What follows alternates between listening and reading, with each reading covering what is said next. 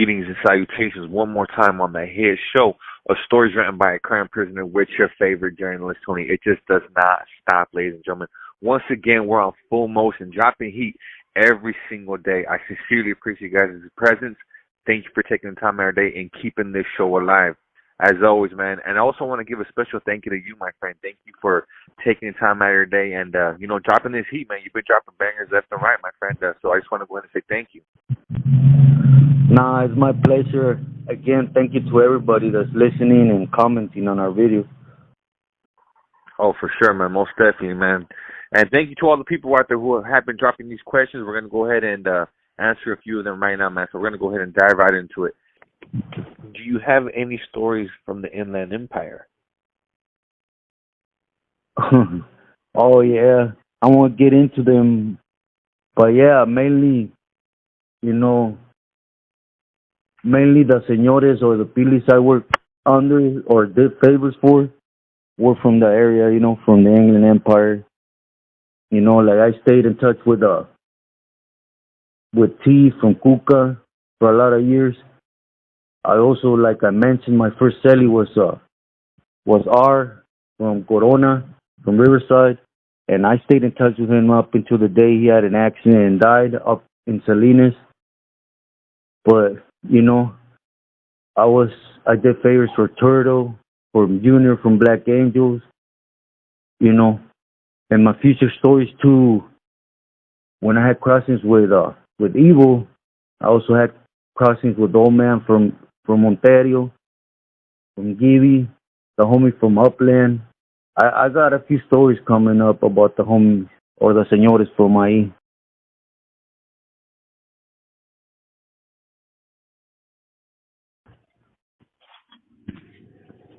Do you have any stories of the hermano Sleepy from Eastside Willimas? Sleepy, besides a few conversations I had on him on paper when we were up in Pelican Bay, stories per se, just, all hearsay, and it was basically under the same issue. He was pressing the issue on his own homeboy, which was Toñito, when they were up there politicking against him, or not really politicking, but they were really trying to watch him up, and he was one of the main ones carrying that, even though that was his homeboy. But as everybody knows, that loyalty of neighborhood homeboys ends once they reach that stage in their life, I guess.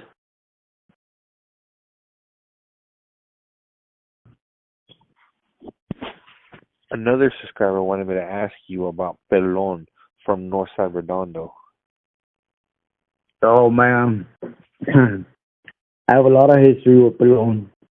He was right upstairs from me for a while in Tehachapishu when he was held up with Cool Cat from Azusa. And that was a cool dude. That was a real cool dude. And, up in Corcoran, I met with him again.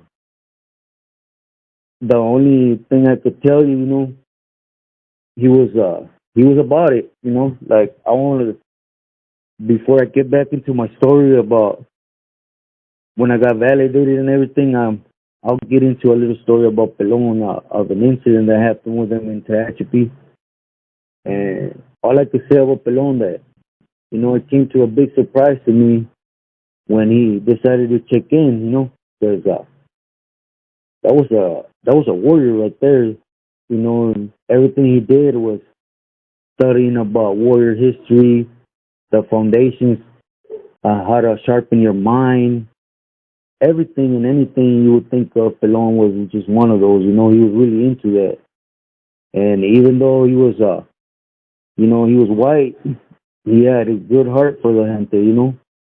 He always thought about the camaradas, and it was a shocker, to be sincere, when they moved on him. And I thought he was going to hang in there because he went back and moved on them, and it was just a surprise to me, to be sincere, that Perlon checked in. But I guess when you're in a losing battle and you're slammed down, You just come to realize it ain't worth being slammed down away from family over somebody that's going to keep trying to stab you, over nonsense. But yeah, I'll get into a story about Pelon. Have you ever seen that where an individual gets hit once, twice, and the individual still keeps coming back? Oh yeah, yeah. There's some guys like that, that just don't give up. Like I'm gonna give you an example. There's this little cat, man.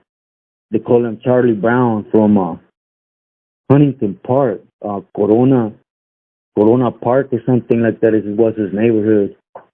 But Homeboy was just a knucklehead. He was rebellious, and every celly he had, it was just they bumped heads, and they ended up getting down. So he was constantly getting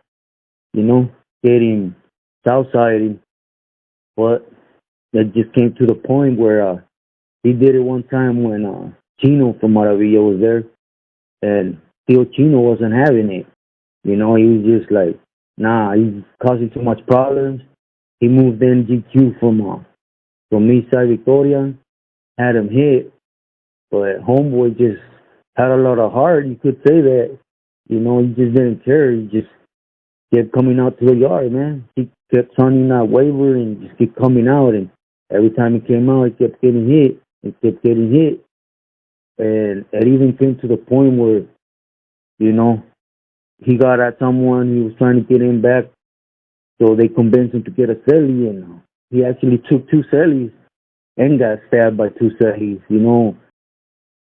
Other camaradas or whoever, once you get hit 2-3 times, you would call it quits. But I think Homeboy in total got hit around 5 times, and he was still trying to come back. But I guess classification didn't allow it no more.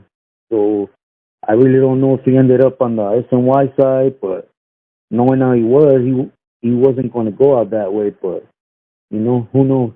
But yeah, I knew a couple individuals like that.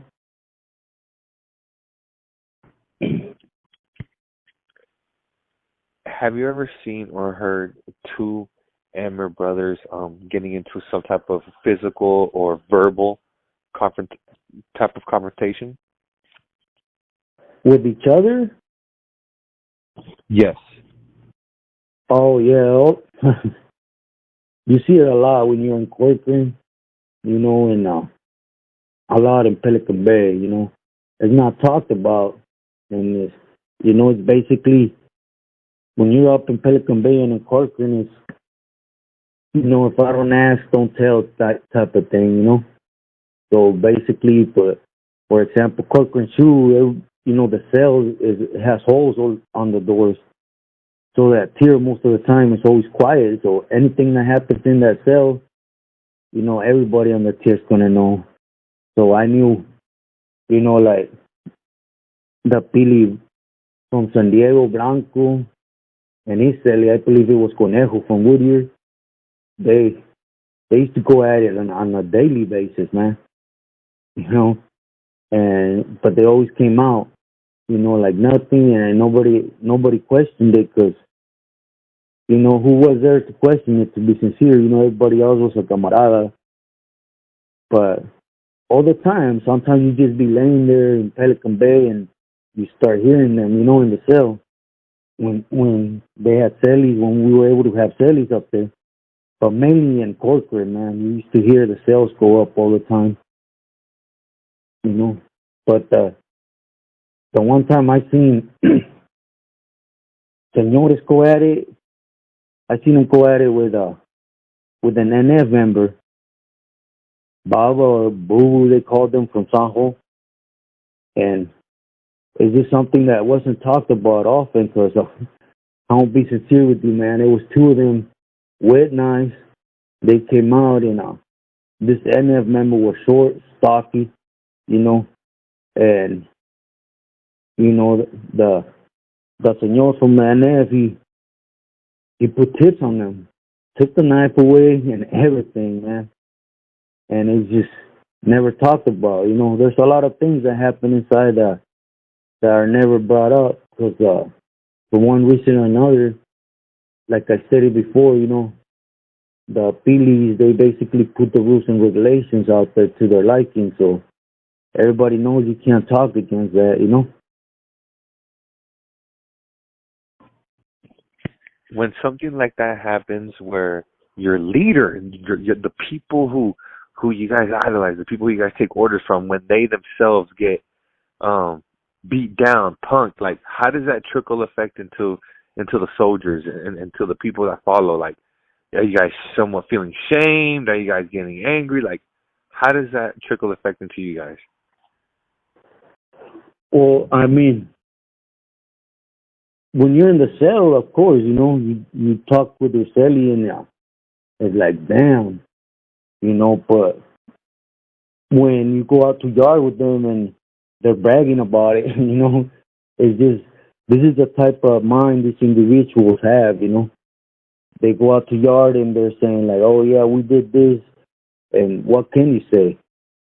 For example, if one Pili from the MA went out there and two NFers went out and they rushed him, then you knew it was wartime. But when two MA members rush out with knives and they rush an NFer and the NFer puts tips on them, and the Senores are hiding it, there ain't nothing we can do.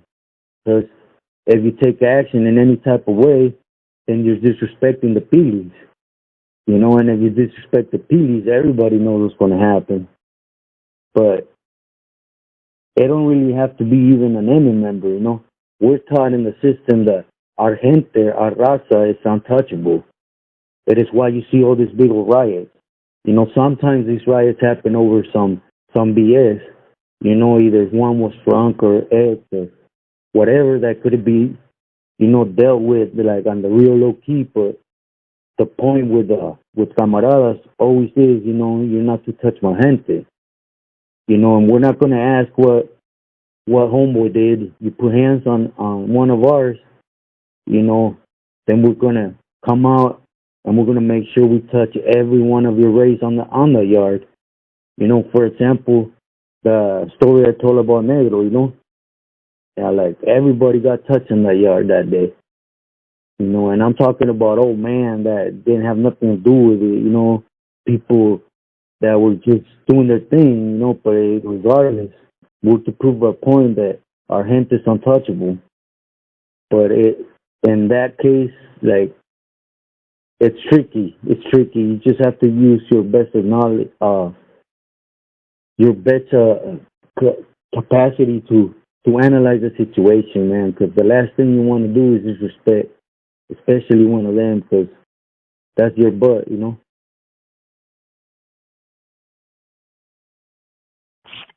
One of the things I wanted to ask you was, have you ever heard of these crazy methods of discipline? I'm not sure exactly who it was, but one of the people who I interviewed, he mentioned that one of these mobsters actually bent someone's finger back and broke it as a form of discipline. Have you ever heard anything similar to that? Some crazy types of discipline? Man, there's all types of discipline, man. But see, with the Pilis, it just goes on the individual basis, man. Like I stated, every one of them, they make their own rules and regulations. Like, we got our guidelines, we know what we have to do, and as sureños, there's always something put out there like a common, that we have to follow. But once a piece on the yard or anything, then he states what he wants. For example, the disciplines. There's some cases that I know that Homeboy got caught, holding on to some money that too long that wasn't his. They actually did. They broke one of his hands. I know some guys, they got disciplined Mexican style too. To the point where he owes money. How much he owes? Okay, he owes. Let's say, just say he owes a 50. 50 a carga, a paper, okay? Then you're going to go in your cell and you're going to whack him with this, you know, and every whack is going to be 50 cents till he pays his debt. Or he could take that other option, which is cut his jugular and remove him from the program. It's every feeling, man. Like I said, we're blinded to thinking that what they say is gold, But once you become older or you come to see for what it is, There was a comment in one of the videos, that someone said, is hopefully the raza opens their eyes, and see that all these things, one way or another, they're different, but the outcome's still the same towards camaradas. And it's true. It's raza has to open their eyes, that, they ain't out for the best benefit for camaradas or for the raza, period, And it's just, there's been a lot of scandalous things, man. A lot. But that bending his finger back and breaking it, oh, definitely. Especially now that, everyone's walking the yard with them.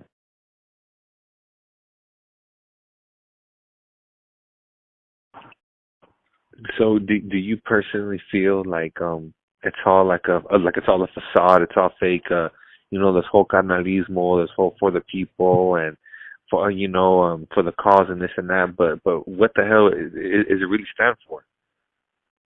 What is the cause?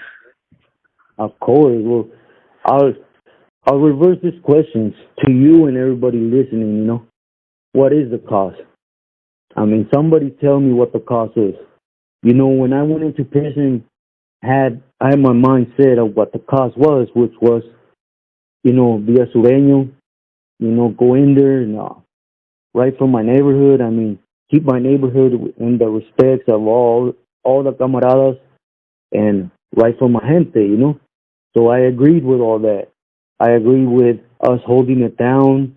If we get to a yard where there's only two of us, we're to go out there and always show our presence, be known out there, just so we don't buckle, so we let them know our people are strong.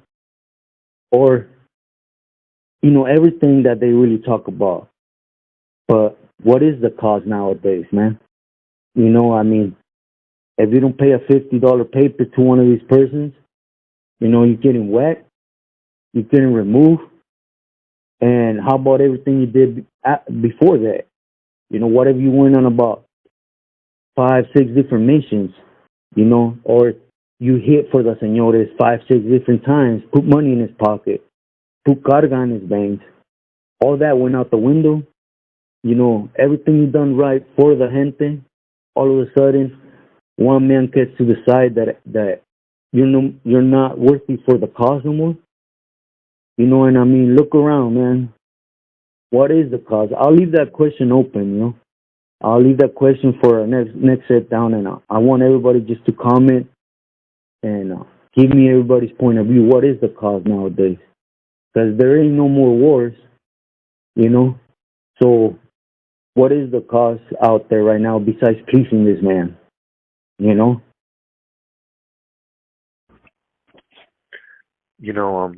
hear about these mobsters being made. There's a lot of them being made, but of course, there's some people who have done it, made the ultimate sacrifice, and however, they just never came to be. You hear about these shooting stars, man. Have you ever came across these people that were probably put up? They did the most, picked up life sentences, did the murders. However, they just did not get made. Yes, of course. That's another form of getting used. I don't know if that makes sense when I say that, but I mean, I'm going to give you a scenario. There's this carnal, and he has this soldado that he knows this soldado has value for honest person, man. In every aspect, he's a soldier when it comes to war. He makes money when he's supposed to. He knows how to move the streets. He knows how to move the pen. So he uses this camarada. And I tell you, because I've been behind the pen and paper, going back and forth about writing how to use camaradas, And a senor, he uses him, and at all times what he's doing is promising him, hey, just keep it up. I'm gonna raise my hand to bless you. Keep it up. I'm gonna raise my hand to bless you. Now, here's what a lot of camaradas don't know. I've said it here time and time again. One of the biggest mistakes you could do is be under one pili alone. Because that pili alone, since he knows what he has with you, he's going to utilize that to the fullest. Now, when a snake is utilizing something like this, man, there's no positive outcome behind it. So he keeps giving you the long haul. Yeah, keep pushing it, you're doing it right. And he is, the camaradas, they know how to do their thing. Anybody that has their mindset right knows how to do their thing. But the day comes when this Pili sends him up, when he says, okay, I'm going to make you. Or he says, you're a made man. Yeah, that's this Pili's decision, But, every Pili has their own mind, man, has their own program. So when this person says, oh, I made so-and-so, at that moment, he's not going to question it because he's there with the pili he was under. But the minute that camarada moves to a different precinct with a different pili and he starts trying to claim what he is, that pili is going to say, oh, hell no, because you did a lot for this pili. But what have you done for the mesa? What have you done for the clica? So it happens all the time, man. Again, we're dealing with most of these guys, all they care about is negra. And as everybody knows, man, a Tecato going to use anything and everything to get what he wants, and that's why it happens all the time. That's why you see always these persons that get made and next thing you know, they get the membership taken out because it wasn't done right. I don't know if I make sense to you on this. No, absolutely, absolutely. Sometimes you hear about these people who they carry these tattoos. The MLB, the baseball one, the hitter, the Jordan sign, the shooter, what are some of these tattoos, man? And can you tell me some of the tattoos that you cannot get? Perhaps some of the tattoos that you might get questioned on. Perhaps you might get in trouble for having these types of tattoos. Well, nowadays I couldn't really tell you what they really mean, because nowadays everybody's tattooing anything, to be sincere. But back when I was out there in GP and all, man, mainly it was just cultura work. Cultura work had meaning to it, and everything had to be earned.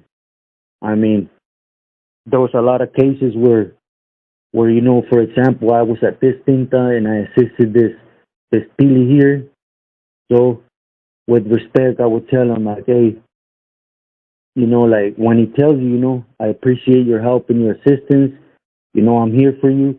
You could always reach at me and stay in contact with me, and then you would respectfully just tell him, well, with all due respect, I would like to have your blessings for X and X tattoo, which at this time was, mainly the Urracas, Aztecas, the Eagle Warriors, the Sacerdotes, the Jaguar Warriors, and for those that know the Toltec history on art, and they had to be earned. You went back there to the shoe with Tolteca work on you, and didn't have a piece stamping that. You were gonna have to earn it, or you were gonna get removed. And at that time, sureño, sur, camponero, campol, all those things you had to earn. About all that shooter and hitter and all that, man, that has to be the new wave, of vatos going in. But I'm pretty sure that if they're really with it, they're going to get that on them, period, because from the time where tattoos were strict with me, any tattoo that was strict, man, it was to fool the eye, of the CEOs of the law, you weren't going to get something so obvious. But then again, we're in this new era that I can't really comment on it.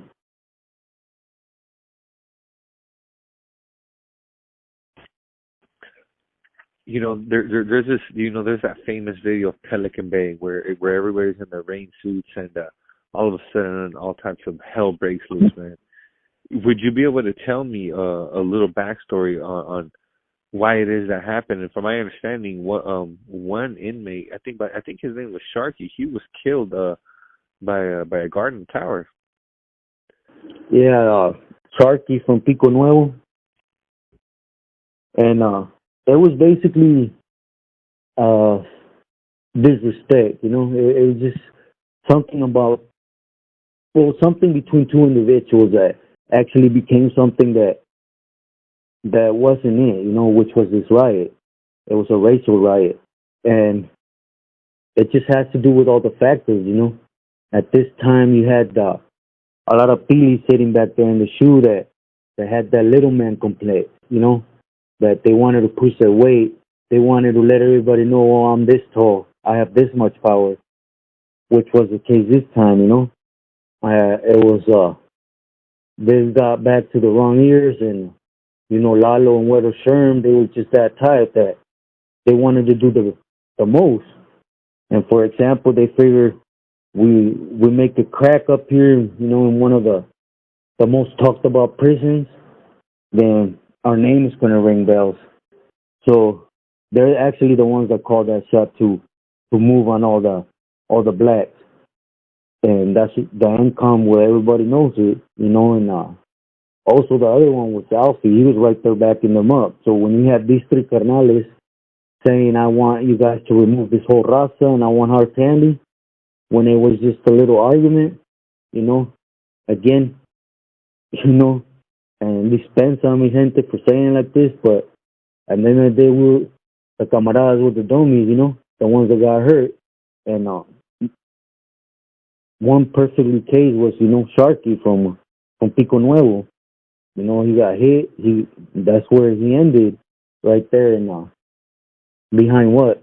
It wasn't really nothing that escalated to something that it ended a camarada's life. And I could sit here and tell you about how many got stabbed or how many really got hurt.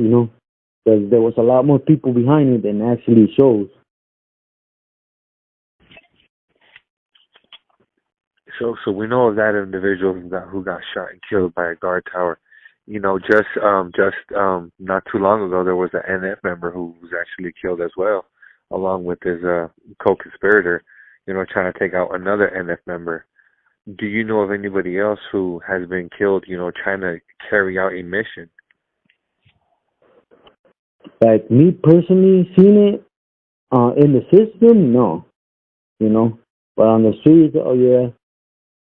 Because we're indispensable, so on the streets is, handle it. It don't matter who's around you, police, whatever. But inside, me personally, I haven't run across it. I heard of stories, but it's just hearsay, he said, she said type of thing, and I really don't want to get involved in those type of things with you and the people listening, The stories I tell you is because either I was there or I had direct contact with the person that was actually involved in it,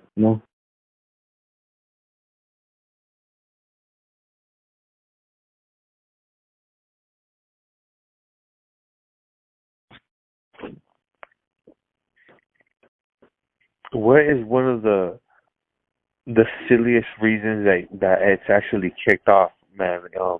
Whether it's a small little drug deal with small little disrespect, however the outcome was massive. So many people got hurt. So many people picked up cases. So many people lost their dates. So many people lost whatever privileges they had over something so minor. Well, there's been a few cases, like I gave the story about Negro from 12th Street. That was actually a really dumb reason, and I had a lot of fault in that too.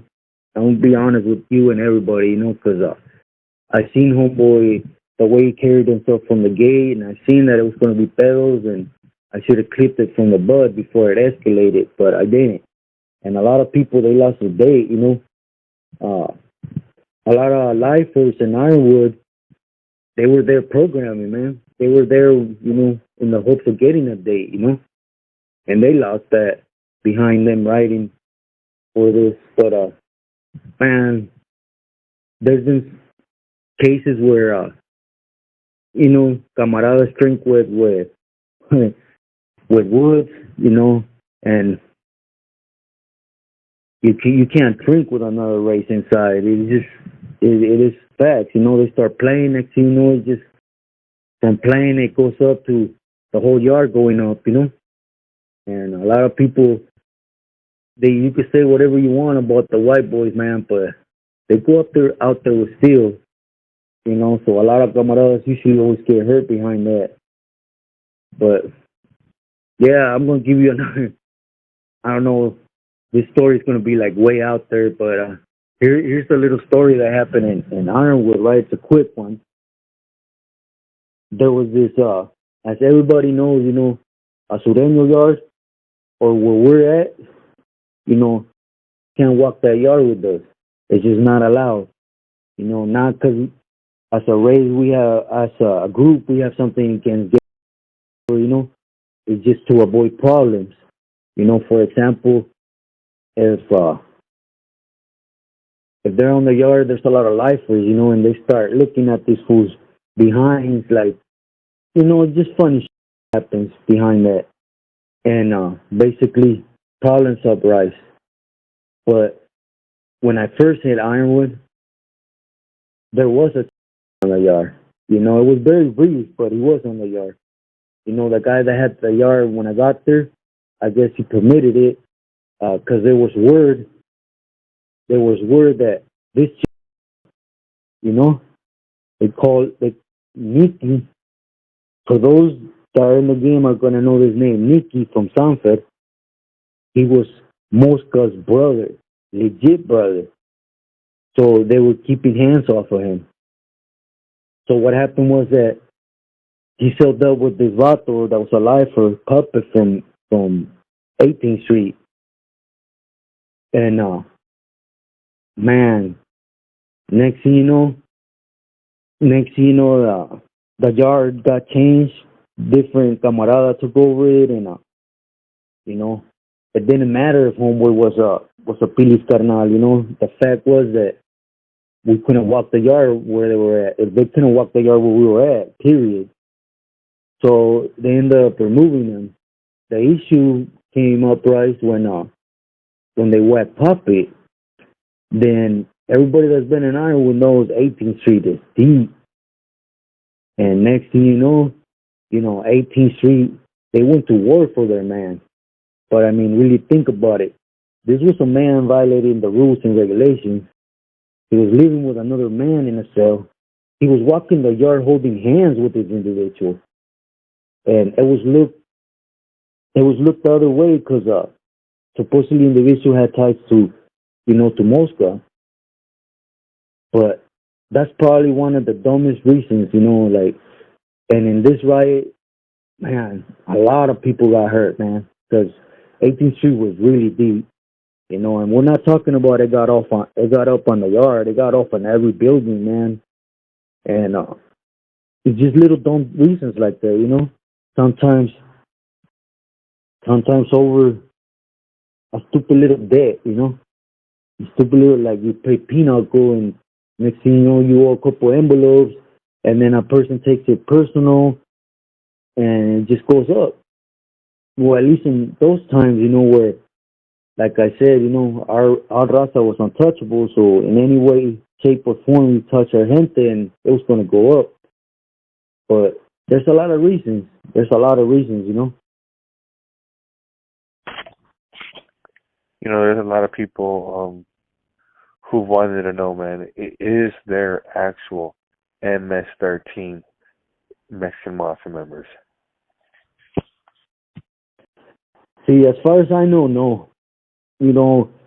For those that uploaded, that when they took out Mosca, they have the names mixed backwards, man. You know, as far as I know, Cisco from 18 is a senor, but that's just me. You know, there hasn't been a main member from MS. Not because I don't think they ain't worthy, because there's a lot of camaradas from MS with it are worthy, that know how to do their what they're supposed to as a sureño, as a camarada. It's just there hasn't been that one, you know, for one reason or another. But there hasn't been one made, you know. I think the closest one they had so far was a little one, and Mula is pretty close up there, man. But other than that, to my knowledge, all right. Bueno, mi gente, I just wanted to give a thanks out to everyone again for from hearing my stories, and I hope I make some sense of everyone's questions with this. And again, I want to thank you for your time. And I just want to put something out there to everyone. You know, when I talk about puppet from 18, I'm talking about puppet from Hollywood gangsters, not the puppet. You know, I just don't want it to come out like I'm putting fake stories out there. Well, again, thank you for your time. And like I always tell you guys, you know, be true to yourself and stay true to family. Gracias.